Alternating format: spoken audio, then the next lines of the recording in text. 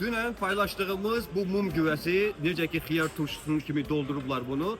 Bunun izahatını istəyirdiniz, necə istifadə olunur və nəyə xeyirli və qiyməti nədir? Gəlin, bugün bizim Cavid qardaşımıza bunu açıqlamasını versin və qiymətini, necə əldə etməsini və istifadə qaydasını sizə verəcək.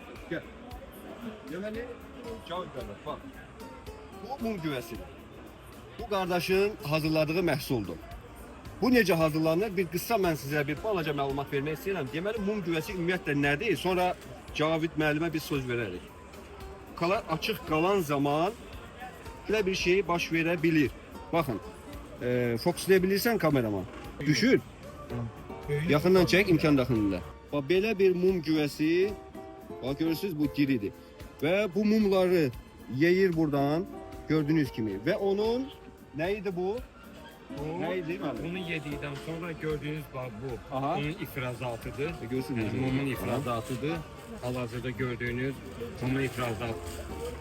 Həmin ifrazatdan sonra bu məhsul, yəni mum güvəsi, başqa qoymol. Bax, bu kəpənəkdir. Bu kəpənək qurd qoyandan sonra o qurd orada əmələ gəlir. Əmələ gəlir və bunun istifadə qaydası hər yaşa bir kaplı kimi istifadə olunur.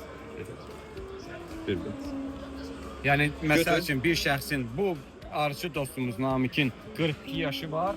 Biz bura hal-hazırda səhər 21 damcı, axşam 21 damcı istifadə etmək lazım. Səhər 21 damcı, 20, axşam 21 damcı. damcı. 42 yaşı varsa səhər 21, axşam 21. Bunu Bir biz dəqiqə belə- göstər onu. Necə götürürsən onu göstər Biz onu. böyle pitka ilə bunu Aha, qurdlardan götürürsünüz onu. çəkdik onu.